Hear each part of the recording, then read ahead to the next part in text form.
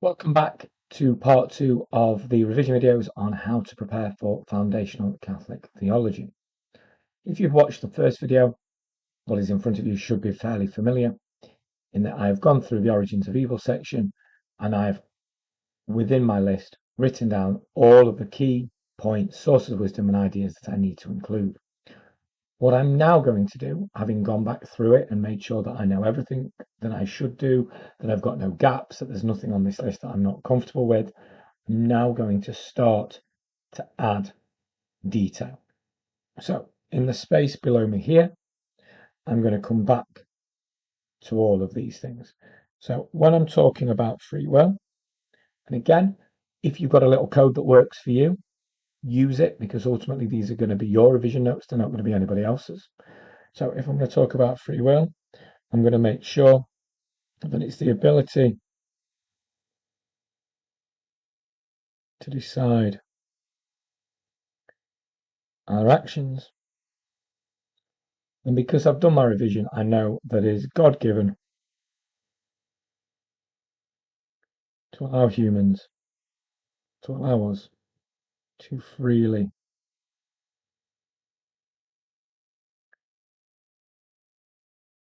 respond to God or reject Him. Now, what I'm going to do here, because I'm always thinking about what's going to come next, is I'm just going to put a little asterisk there, and I'm just going to put eval question mark. Okay? And I'll explain why in due course. So next, with original sin, it is Eve and then Adam.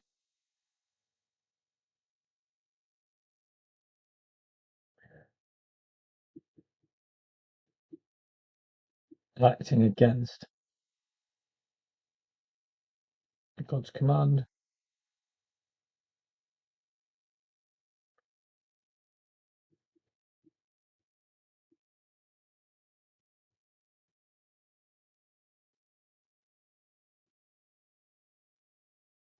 Okay. And again, when we are thinking about Adam and Eve, although it's Eve who sins first, the eating of the fruit isn't necessarily the actual sin.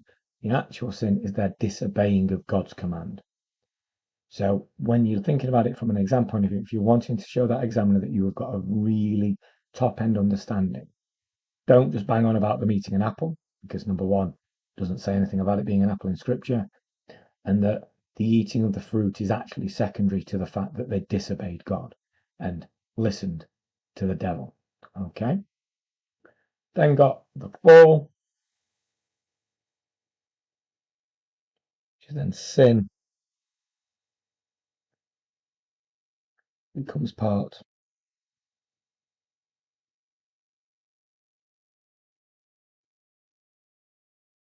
of human nature.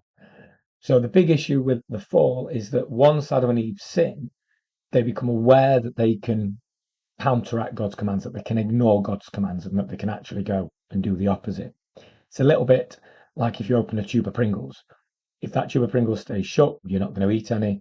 But due to clever marketing and various ingredients, once you open them, you are pretty much going to eat the whole tube. That's kind of what Adam and Eve did with the fall. They brought the first sin into the world.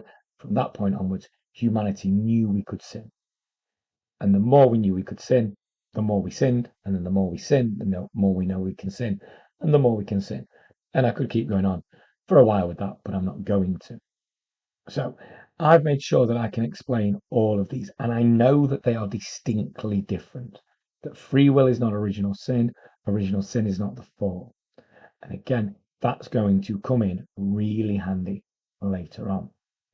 Now, going back up to here with St. Augustine and the Enchiridion, the idea of it understanding the good and the privation of good, with my quotes, and again, there are a variety that you could use.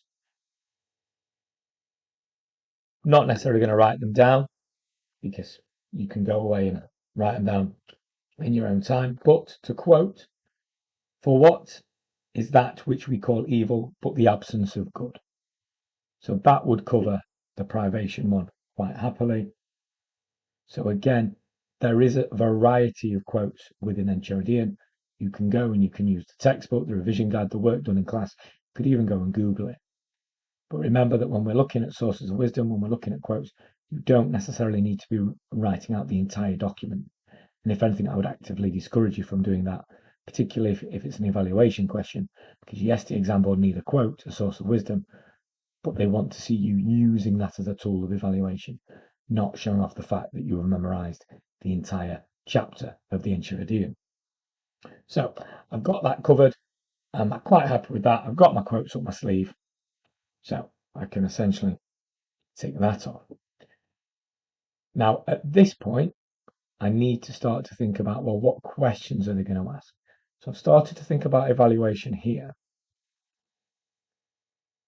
With these two here, there's a little bit of a nag. And this is why it's worth doing it all together on one sheet rather than breaking it up. Because for me, understanding the good, we'll call that point 1, and privation of the good, we call that point 2. And then we know that St. Augustine thinks about original sin and the fall as well. For me, they don't necessarily fit. So I've got a bit of a question mark there. And again, I'm just going to put eval with a question mark because there's something that's nagging me a little bit there. So as you can see, I'm slowly starting to build up this depth of understanding, this depth of revision. I'm not just reading what's in my exercise book, I'm not just reading what's on the internet or from a revision source. I'm going through it and I'm making sense of it and I'm starting to think. Because the more you think about the content, the more you'll understand it, the more you'll start to spot potential questions, potential areas that you're going to have to be able to think about in the exam. So spend some time going through your list of content, breaking things down, developing the things that you need to develop, identifying those sources of wisdom, and starting to think, well, where are the points that potentially I could use to evaluate the statements? Or where are the points that I could potentially be asked to evaluate those? So stay tuned for part 3, coming soon.